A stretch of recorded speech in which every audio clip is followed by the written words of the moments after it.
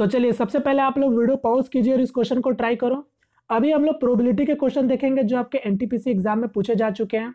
यहाँ पर मैं आपको बताना चाहूंगा कि आपके एनटीपीसी एग्जाम में प्रोबेबिलिटी से क्वेश्चन आपके पूछे जा रहे हैं, और हालांकि परमुटेशन और कॉम्बिनेशन यहाँ से भी क्वेश्चन आपके एनटीपीसी एग्जाम में पूछे जा चुके हैं, और मैं पिछले कुछ दिनों से यही सब क्वेश्चन मैं कलेक्ट कर रहा था। फाइनली मेरे पास कुछ क्वेश्चन अभी मैं आपको दिखाना चाहता हूँ जो आपके प्रोबेबिलिटी और परमुटेशन कॉम्बिनेशन से आपके पूछे गए हैं पेपर में। अब यहाँ पर जिनके भी आने वाले दिनों में पेपर है, तो मैं अब आपको ये नहीं बोलता हूँ कि प्रोबेबिलिटी जाके आप पढ़ो फिर परमुटेशन कॉम्बिनेशन पढ़ो। अगर आपने हल्का बहुत भी अगर आपको आइडिया है ये सब की, तो आप एक बार देख लो कि किस किस तरीके से क्वेश्चन आपके पेपर में पूछे गए हैं, क्योंकि अगर आपसे क्वेश्चन पूछे जाएंगे तो इन्हीं तरीके से आपसे आगे भी पूछा जा सकता है। तो अगर आपसे आगे भी अगर इसी तरीके से पूछा जाए तो आप आसानी से बना पाओगे। ठीक है, जैसे कि अगर बात करेंगे अभी तो आपके मैथ के सेम पैटर्न पर क्वेश्चन भी रिपीट होने लगे हैं। जैसे कि अगर बात करो यही वाला देखो क्वेश्चन, ये क्वेश्चन 17 फरवरी को शिफ्ट 1 में पूछा गया था। एक क्वेश्चन देखो ट्रिग्नोमेट्री का पूछा गया था। देखो क्या बोला गया था कि कोई ट्रायंगल ABC में आपको फाइंड करना था 10A + 10B + 10C कितना होता है। अब ये क्वेश्चन अगर आप मेरा वीडियो से अपडेटेड होंगे तो ये क्वेश्चन ऑलरेडी हम लोगों ने 7 जनवरी को सेकेंड शिफ्ट में कवर कर लिया था, यानी 1 महीना से पहले ही हम लोग ये क्वेश्चन कवर कर चुके थे। सेम फॉर्मेट पर क्वेश्चन आपका पूछा गया था। यहाँ पर एंगल ये पूछा गया था, मैंने इसमें पूरा थ्योरम पूरा डिस्कस किया था। ठीक है, तो यहाँ पर आप सिंपली इसका आंसर आप क्या बता सकते थे, डायरेक्ट आपसे थ्योरम पूछ रहा, तो यहाँ पर आंसर क्या हो जाता है 10A × 10B × 10C। क्लियर है, तो यहाँ पर यही मैं बताना चाहता हूँ कि देखो क्वेश्चन सेम फॉर्मेट पर रिपीट हो रहे हैं, और ऑलमोस्ट हम सभी लोग जानते हैं मैथ का ऑलमोस्ट पैटर्न आपका निकल ही चुका है पूरा। तो इसलिए प्रैक्टिस करो जितना ज़्यादा से ज़्यादा हो सके, और अभी तो सुनने सिर्फ इतना ही मिल रहा है कि पेपर लेंदी होता जा रहा है, तो इसलिए जितना हो सके प्रैक्टिस करते रहो। ठीक है, चलिए देखते हैं हम लोग फिलहाल प्रोबेबिलिटी के क्वेश्चन की ओर आते हैं। तो सबसे पहले देखो एक भाई ने मेरे साथ डेटा ये वाला शेयर किया, और प्रोबेबिलिटी का क्वेश्चन सर्कल अरेंजमेंट पर बेस पूछा गया था। क्या बोला गया था, प्रोबेबिलिटी सर्कल अरेंजमेंट है, at the 6 people sit a circular table, probability of minimum 2 seat together. ठीक है, एक भाई ने ये मेरे साथ डेटा शेयर किया और एक भाई ने मेरे साथ ये वाला डेटा शेयर किया। बोला गया था 9 लोग एक सर्कल में खड़े हैं, उनमें से 2 लोग एक साथ खड़े होने की प्रोबेबिलिटी क्या होगी, ये बोला गया था। तो क्वेश्चन कोई भी हो, मुझे लगता है ये वाला क्वेश्चन ये वाला डेटा के साथ होगा। तो यहां पर मैंने हिंदी इंग्लिश में रख दिया ताकि सभी लोग एक बार ट्राई कर पाए। ठीक है, पहले क्वेश्चन समझो। क्वेश्चन में क्या बोला जा रहा है कि जब 6 लोगों एक गोलाकार टेबल के चारों ओर बैठना होता है तो 2 लोगों की हमेशा एक साथ बैठने की संभावना क्या होगी। ठीक है, और देखो सर्कल अरेंजमेंट पर क्वेश्चन पूछा प्रोबेबिलिटी का, लीनियर में नहीं पूछा, सर्कल में पूछ लिया, तो इसका अलग कॉन्सेप्ट होता है, ये भी मैं आपको बताते चलता हूं। पहले क्वेश्चन समझो। क्वेश्चन में क्या बोल रहा है कि कोई सर्कल है जिसमें 6 लोगों के बैठने की जगह है, 1 2 3 4 5 6। बोला है कि 2 लोगों की हमेशा एक साथ बैठने की क्या संभावना है। तो मैं मान लेता हूं कि कोई 2 पर्सन होंगे, ये मान लो ए है ये बी है, मैं मान लेता हूं ये मिस्टर ए और मिस्टर बी है। तो क्वेश्चन में यही बोल रहा है कि ये दोनों मिस्टर ए और मिस्टर बी दोनों हमेशा एक साथ आपके बैठने की क्या संभावना होगी, यानी दोनों को एक साथ बैठने की क्या प्रोबेबिलिटी होगी इन 6 के बीच में, ये आपसे क्वेश्चन में पूछा गया था। क्लियर है, समझ गए क्वेश्चन सभी लोग। चलो मैं इसको हटाता हूं। सबसे पहले अगर बात करेंगे प्रोबेबिलिटी का फॉर्मूला क्या होता है, तो हम सभी लोग जानते हैं रटा रटाया फॉर्मूला है आपका number of favourable outcome by total sample space. यानी अगर मैं इसी चीज को हिंदी में समझाना चाहूं सिंपली लैंग्वेज में, तो क्या मैं बताऊंगा कि शर्तों के हिसाब से बना combination divided by total combination, यही होता है इसका फॉर्मूला। तो यहां पर सबसे पहले आपको पहले हम लोग क्या निकालेंगे, पहले टोटल कॉम्बिनेशन निकालेंगे। ये फॉर्मूला हो गया, मैं इसको हटाता हूं। अब देखो इसका कॉन्सेप्ट की बात करते हैं, सर्कल का क्या कॉन्सेप्ट होता है और लीनियर का क्या कॉन्सेप्ट होता है, आप समझ जाओगे। आपको पता होना चाहिए अगर जब लीनियर में बात करें, जब कोई एक लाइन होता है, अगर एक लाइन में 4 सीट है और 4 लोग हैं, तो 4 लोग 4 सीट में कितने तरीके से बैठ पाएंगे, यानी कितने अरेंजमेंट आप बना पाओगे। तो आप जानते हो पहला आदमी 4 तरीके से बैठ पाएगा, फिर 3 तरीके से, 2 तरीके से और 1 तरीके से, यानी 4 फैक्टोरियल बोले तो 24 तरीके से, यानी 24 तरीके से आप अरेंजमेंट कर पाओगे। ये आप हम सभी लोग जानते हैं। मगर सर्कल में मतलब सर्कल में थोड़ा अलग होता है, उल्टा नहीं बोलेंगे, थोड़ा अलग होता है। यहां पर जब आप 4 लोगों को बैठाओगे ना, जब आप इसका अरेंजमेंट करोगे ना, तो यहां पर 4 में से 1 माइनस करके इसका यानी 3 फैक्टोरियल यानी 6 तरीके से आप यहां पर अरेंजमेंट कर पाओगे। ये सर्कल का कॉन्सेप्ट होता है। अगर आपसे डायरेक्ट एग्जाम में अगर क्वेश्चन पूछा जाए कि बताओ 11 लोग अगर सर्कल में बैठ रहे तो कितने तरीके से बैठ पाएंगे, तो 11 में से 1 माइनस करना, 10 फैक्टोरियल, सीधा सीधा आंसर बता देना। क्लियर है। अब ये कैसे होता है ये भी चीज मैं आपको बता सकता हूं सिंपली। यहाँ पर कॉन्सेप्ट के हिसाब से अगर बात करोगे ना तो यहाँ पर होता है क्या, जब 4 लोगों की अगर बात करो या फिर जितने भी लोगों, मैं 4 लोगों में ही समझा रहा हूँ। ये मान लो ए बी सी डी, 4 लोगों को मैं बैठाने की कोशिश करता हूँ। मान लो ये ए हो गया, ये बी हो गया, ये सी हो गया, ये डी हो गया। उसी तरीके से मैं ए का जगह चेंज करता हूँ, ए हो गया, ये बी हो गया, ये सी हो गया, ये डी हो गया। अब आप यहाँ पर देखो, ए के राइट में कौन है, बी है। ए के लेफ्ट में कौन है, डी है। अगर यहां से देखोगे ए के राइट में कौन है, बी है। ए के लेफ्ट में कौन है, डी है। मतलब मैं यही बताना चाहता हूं कि ए के लिए आप कोई से भी जगह चूज कर लो, ए के लिए आप कोई से भी जगह चूज कर लो, उसमें क्या होता है कि उसके लेफ्ट में जो होगा, जो राइट में होगा, जो या फिर उसका सीधा में जो होगा, वो सेम पर्सन ही होगा। तो इसका मतलब यही है कि ए व्यक्ति के लिए, यानी जो भी पहला व्यक्ति आपका सर्कल में बैठेगा, उसके लिए सिर्फ और सिर्फ एक ही आपका कॉम्बिनेशन बनेगा। बात समझ गए? तो बस एक आदमी को हम लोगों को फिक्स करना होता है और उसके बाद जो भी सीट बचेगा फिर वो अपने उतने उतने तरीके से बैठेंगे। मतलब अगर क्वेश्चन में अगर आपके 6 तरीके से बैठाया गया तो पहले आपको एक व्यक्ति को फिक्स करना पड़ेगा। तो ए व्यक्ति अगर फिक्स हो गया तो अब 5 लोग बच गए, तो 5 लोग 5 तरीके से बैठेंगे, यानी 5 फैक्टोरियल हो जाएगा। समझ गए? बताओ ये क्लियर है सभी लोगों को? यानी यहां पर मैं सिंपली हम लोगों ने समझ लिया कि यहां पर जो टोटल सैंपल स्पेस होगा, यानी जो टोटल आपका कॉम्बिनेशन होगा, वो कितना होगा, 5 फैक्टोरियल का होगा। चलो ये 5 फैक्टोरियल सभी लोग क्लियर हो गया। अब हम लोग करते हैं शर्तों के हिसाब से बना कॉम्बिनेशन, यानी शर्तों के हिसाब से बना कॉम्बिनेशन हम निकालेंगे, यानी नंबर ऑफ फेवरेबल आउटकम निकालेंगे। अब ये कैसे निकालेंगे, अब इसके लिए भी समझो। क्वेश्चन में किसी भी तरीके से दिया जा सकता है, मैं आपको बता दे रहा हूं इसीलिए। अब देखो यहाँ पर टोटल 6 लोग हैं, 1 2 3 4 5 6। अकॉर्डिंग टू क्वेश्चन क्या बोला है कि कोई 2 लोग एक साथ, मतलब 2 लोग एक साथ बैठने की क्या संभावना होगी, यानी मिस्टर ए और मिस्टर बी, ये दोनों एक ही साथ बैठ रहा। ठीक है, यानी उन दोनों के बीच में इतना प्यार है कि दोनों एक ही साथ बैठ रहा, कहीं भी बैठेगा एक ही साथ बैठेगा। अब क्वेश्चन में आपको 3 लोगों को भी बात कर सकता था, 4 लोगों को भी बात कर सकता था, कुछ भी बोले, फिलहाल 2 की बात कर रहा है। तो यहां पर समझो, अब मैं आपको यही बताना चाहता हूं कि शर्तों के हिसाब से अगर कॉम्बिनेशन की बात करोगे तो यहां पर, माफी चाहूंगा, ये डॉग लोग भी ना,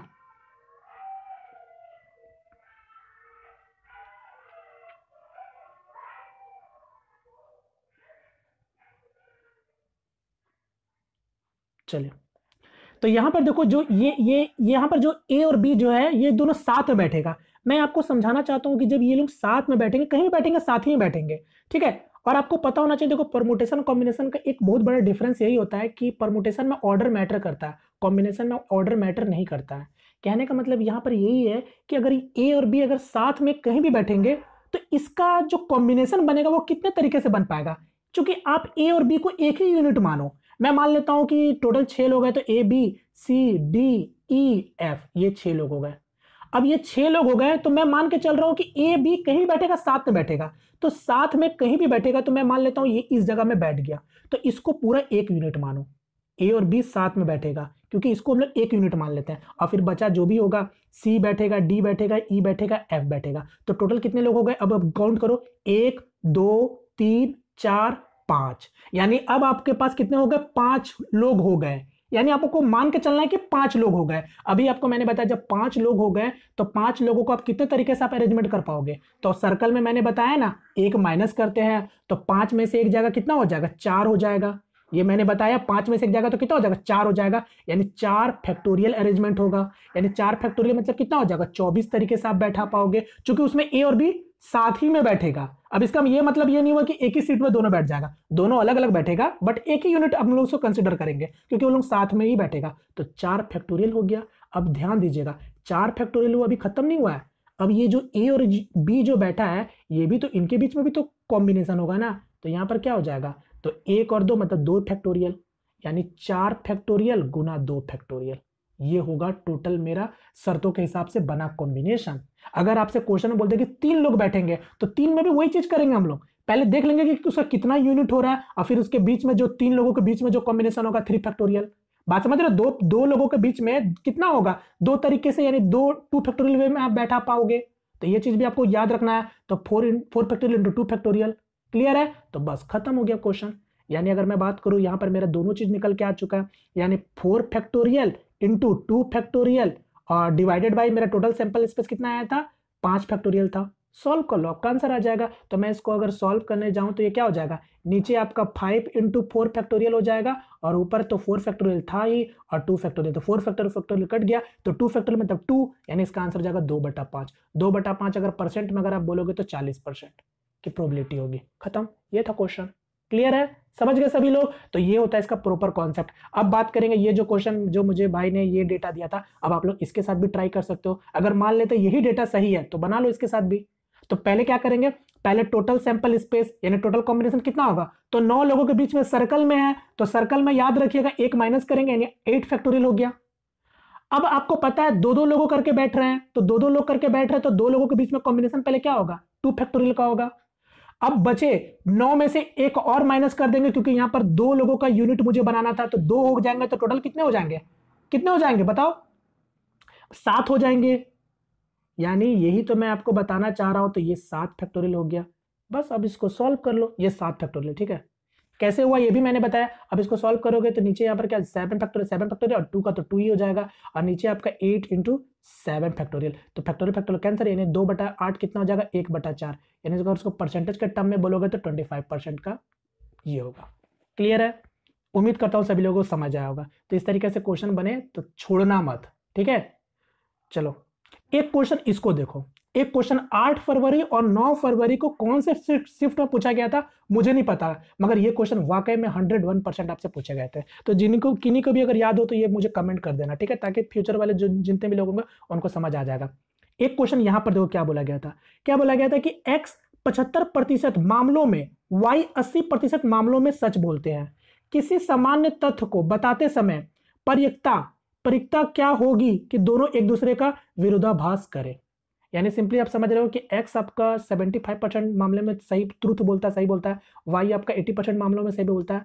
आपसे बोल रहा है कि find the probability that the contradict each other, यानी एक दूसरे के विपरीत, यानी एक दूसरे का उल्ट मतलब विपरीत बोलेंगे, विपरीत, एक दूसरे का विपरीत में वो लोग कितने प्रोबेबिलिटी वो लोगों को बनती है, ये आपसे क्वेश्चन में पूछा गया। तो इस टाइप में 2 टाइप के क्वेश्चन होते हैं। बोलता है या तो बोलता है क्वेश्चन एग्जाम में बोलेगा कि दोनों की सेम प्रोबेबिलिटी क्या होगी, दोनों के ट्रूथ बोलने की या फिर झूठ बोलने की, दोनों की क्या प्रोबेबिलिटी होगी, या फिर दोनों एक दूसरे का कॉन्ट्राडिक्ट यानी विरोधाभास बात करने की क्या प्रोबेबिलिटी होगी, ये आपसे क्वेश्चन में पूछता है। तो दोनों का कॉन्सेप्ट सेम ही है लगभग। यहां पर अगर मैं हटाऊं इस क्वेश्चन में तो अब यहां पर आप सिंपली समझ सकते हो, एक दोनों का कॉन्ट्राडिक्ट पूछ रहा है यानी दोनों दूसरे को उल्टा का बात कर रहा है। तो x आपका 75% मामला में सच बोलता है, तो 75% मामला मतलब आप समझ रहे हो, इसका अगर आप फ्रैक्शन वैल्यू निकालोगे सिंपली तो क्या हो जाएगा, 75% मतलब मैं 5 से काटूं तो ये 15/20 हो जाएगा। यानी 15/20 मतलब आप समझ रहे हो, यानी हर 20 में से वो 15 बार आपका सच बोलता है और 5 बार आपका झूठ बोलता होगा। क्लियर है, सीधा सीधा बात मतलब यही है। 80% मतलब समझ रहे हो, यानी मैं इसको अगर सॉल्व करूं तो 16/20 करता हूं जिससे मेरा कैलकुलेशन इजी बना रहे। ये आप सभी लोग क्लियर है। अब देखो, अब इसका प्रोबेबिलिटी कैसे निकालेंगे, तो एक बार x आपका ट्रूथ बोलेगा, एक बार जब आपका x आपका सही बोलेगा तो y आपका झूठ बोलेगा। क्लियर है, एक बार x सही बोलेगा तो y आपका झूठ बोलेगा, या तो फिर यहां पर भी कॉन्सेप्ट आपको पता होना चाहिए, या तो फिर एक बार आपका x झूठ बोलेगा तो y सच बोलेगा। ये भी आपको कॉन्सेप्ट पता होना चाहिए। या और का या में हम लोग क्या करते हैं, प्लस करते हैं और में आपका मल्टीप्लाई करते हैं। तो ये सब चीज का भी आप ध्यान दीजिएगा। तो x आपका ट्रूथ बोलेगा तो x का ट्रूथ की क्या प्रोबेबिलिटी है, तो यहां पर देखो 15/20 यानी x आपका 15/20 इसका सही बोलने का परिकता है और y का झूठ बोलने का परिकता क्या है 16/20, तो ये 16/20 हो गया। उसी तरीके से प्लस अब एक बार x आपका झूठ बोलेगा तो x आपका झूठ सॉरी ये तो झूठ, मैंने तो ये गलती कर दिया ना, ये तो गड़बड़ हो गया।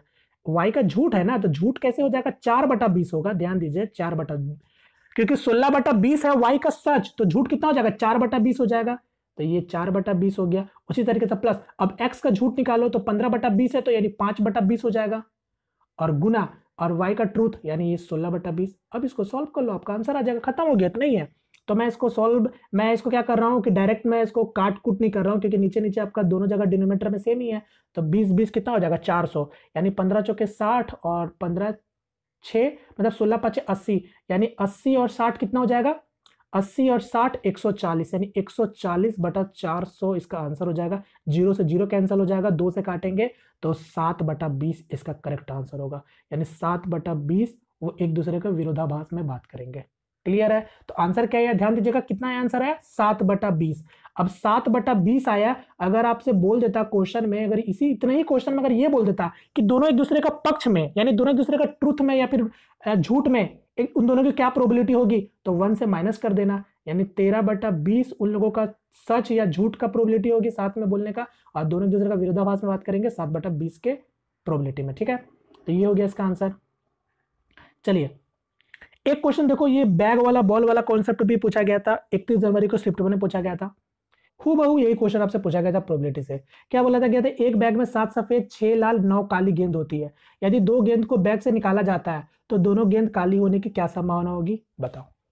तो अभी इस क्वेश्चन को भी फिर से आप लोग बना सकते हो। इस क्वेश्चन में आप जैसा चाहो वैसा बना सकते हो। यहाँ पर अगर कॉम्बिनेशन का फॉर्मूला अगर आप जानते हो तो डायरेक्ट आप लगा सकते हो, क्योंकि मैं बता देता हूँ। देखो एनसीआर का फॉर्मूला होता है क्या है, ये आप इसमें से कई सारे लोगों को पता होगा। ये पता होने से भी आपका ईजी हो जाता है, नहीं भी पता है तो भी आप बना सकते हो। देखो क्या होता है, n factorial by r factorial into n minus r factorial. ठीक है, यानी अगर कहने के बात करोगे, यहाँ पर क्या बोला है कि टोटल 7 सफेद और 6 लाल और 9 काली गेंद हो रही है ना, मतलब जिसमें से बोला है कि 2 गेंद निकालने से काला गेंद की क्या संभावना है, ये पूछ रहा है। ठीक है, तो यहाँ पर अभी मैंने आपको बताया प्रोबेबिलिटी होता है क्या है, तो आपको पता है number of favourable outcome by total sample space. यानी मैं कह सकता हूं कि जो शर्तों के हिसाब से बना कॉम्बिनेशन और बाय टोटल कॉम्बिनेशन, तो टोटल कॉम्बिनेशन कितना होगा, तो टोटल गेंद है कितना, 7 6 13 और 13 9 22, यानी 22 गेंदों में 2 2 गेंद निकालना है, यानी टोटल कॉम्बिनेशन कितना होगा 22C2 हो जाएगा। उसी तरीके से अब शर्तों के हिसाब से बना कॉम्बिनेशन बनाओ, तो शर्तों के हिसाब से क्या बोल रहा है कि दोनों गेंद काली होनी चाहिए, तो दोनों गेंद काली होनी चाहिए, तो टोटल 9 काली गेंद है, तो 9C2 हो जाएगा। बस इसको सॉल्व कर लो, आपका आंसर आ जाएगा। ये था फॉर्मूला से आप बना सकते हो अगर आपको कॉम्बिनेशन पता है तो। अगर कॉम्बिनेशन नहीं भी पता है तो भी आप बना सकते हो, ये आपके समझ के ऊपर होता है कि आप समझते कैसे हो। आपको बोला था कि एक बैग में 7 सफेद 6 लाल और 9 काली गेंद है, 2 गेंदों को बैग से निकाला जाता है, तो मैं क्या कर रहा हूं, 2 गेंद को निकाल रहा हूं मैं भी, मगर एक एक करके मैं निकालूंगा। तो आपको पता है अगर 7 सफेद 6 लाल और 9 काला गेंद है तो टोटल गेंद कितना हो जाएगा, 22 गेंद हो जाएगा। 22 गेंद में अगर मैं एक ही गेंद निकाल रहा हूं, अभी एक ही गेंद, तो 22 गेंद में अगर एक ही गेंद निकालूंगा तो काला होने की क्या संभावना होगी, तो 9/22 की संभावना होगी एक गेंद में। अब दूसरा गेंद भी आपका काला होना चाहिए, तो अब दूसरा गेंद जब काला होगा तो आपको पता है 22 गेंद में एक गेंद निकल चुका है, तो बचे कितना गेंद आपके पास, 21 गेंद बचा है, यानी 21 बॉल बचा है। और अब आपका काला होने की प्रोबेबिलिटी, अब एक काला तो बॉल निकल चुका है ना, तो अब बचे कितने काला बॉल, यानी 8 काला बॉल, यानी यही अब दूसरे वाले की भी प्रोबेबिलिटी होगी। तो बस यही इसका टोटल प्रोबेबिलिटी होगा। आप इसको सॉल्व कर लो, आपका आंसर आ जाएगा। तो 3 से काटेंगे तो ये 7 बार में कट जाएगा, 2 से काटेंगे 4 और ये 11, यानी इसका आंसर सिंपली हो जाएगा 12/77। तो दोनों केस में आंसर आपका सेम ही आने वाला है। ठीक है, तो जैसा चाहो आप वैसा बना सकते हो। ठीक है, आपके उस समझने के ऊपर होता है। चलिए हटाते हैं अब आपका। अब देखो एक क्वेश्चन ये आपका हाल ही फिलहाल में 3rd फेज में, मेरे को याद नहीं है कौन से डेट में पूछा गया था, मैंने आपको किसी वीडियो में बताया भी था कि एक तो आपका पार्टी में हाथ मिलाने वाला क्वेश्चन आपका बन रहा है कॉम्बिनेशन से। तो एक क्वेश्चन आपका ये भी देखो, और एक क्वेश्चन आपका सिक्का पर बेस्ड क्वेश्चन पूछा गया था, वो पहले पूछा गया था, शुरुआती दिन में पूछा गया था, वो नॉर्मल था, आप बना सकते थे। सिक्का वाला क्वेश्चन है, आपको 2 सिक्का मतलब 4 सिक्का मतलब 2 सिक्का को उछाला गया था, आपसे पूछा गया था हेड आने की क्या संभावना है, तो वो भी आप इजिली बना सकते हो। ठीक है, चलो इस क्वेश्चन में देखो, इस क्वेश्चन में आपसे 2 चीज पूछता है।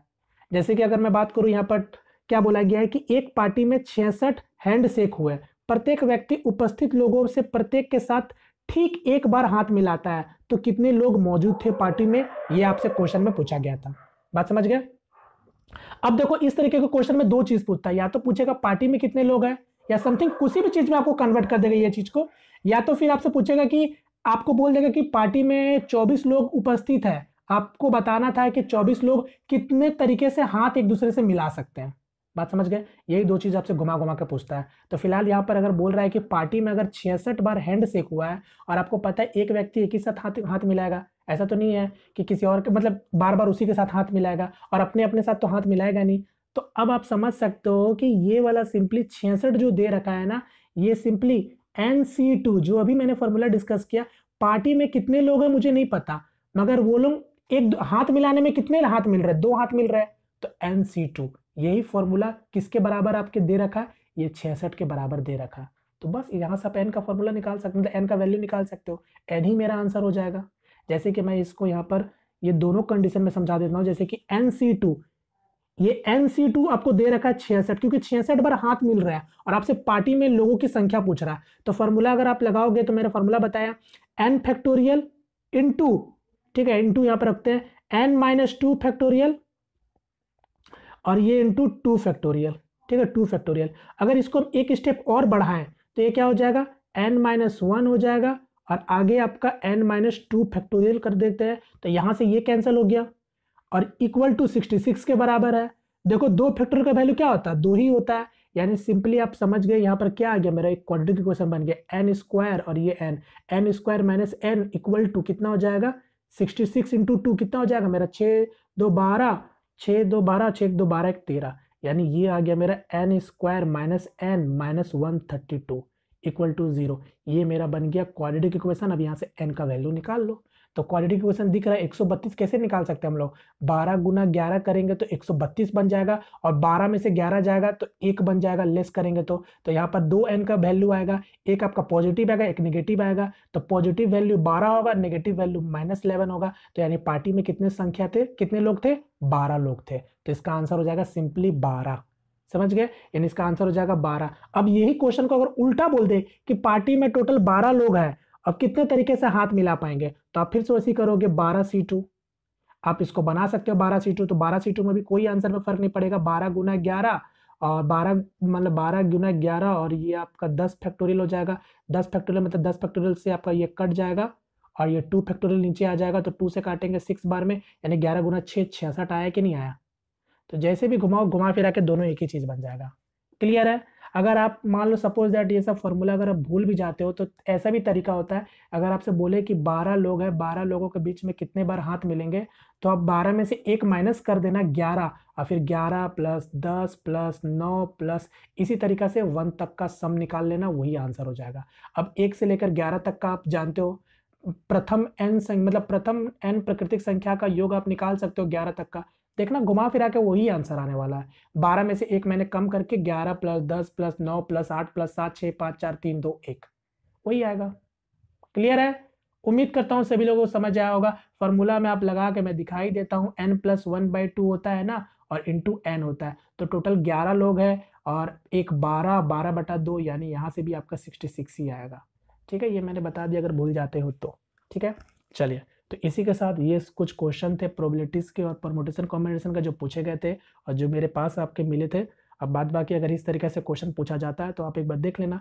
बाद बाकी आने वाले समय में मैं आपको कोशिश करूंगा, ग्रुप डी एग्जाम में भी जरूर से पूछा जाएगा तो मैं आपको कराऊंगा। ठीक है, चलिए उम्मीद करता हूँ फ्रेंड्स ये सेशन आपके लिए हेल्पफुल रहा होगा। हेल्पफुल रहा तो प्लीज़ वीडियो को लाइक करके अपना सपोर्ट जरूर दिखाइएगा। और एक चीज़ मैं और बता दूं कि जो क्वेश्चन मैं अभी आपको दिखा रहा हूँ प्रोबेबिलिटी क्वेश्चन, वो शायद क्या ना के बराबर ही आपको शायद ही कहीं एक क्वेश्चन आप सबको दिखेंगे। ठीक है, तो चलिए फिलहाल मैं आप इस वीडियो को वाइंड अप करता हूँ। अब मुझे लगता है ये मेरा लास्ट ही वीडियो था जहाँ पर मैं आपको ये प्रोबेबिलिटी का भी क्वेश्चन दिखा चुका हूँ। बाद बाकी जिनके भी आने वाले दिनों में पेपर है, तो अगर आप देखना चाहते हो कि किस तरीके से क्वेश्चन बने हैं डिफरेंट, वो उसके लिए मैंने ऑलरेडी एक प्लेलिस्ट तैयार कर रखा है, तो जिनके पास अगर समय है तो एक बार देख लेना। ठीक है, चलिए तो इसी तरीके से आप लोग प्रैक्टिस करते रहिए। मिलते हैं फ्रेंड किस नेक्स्ट वीडियो में, तब तक के लिए जय हिंद जय भारत।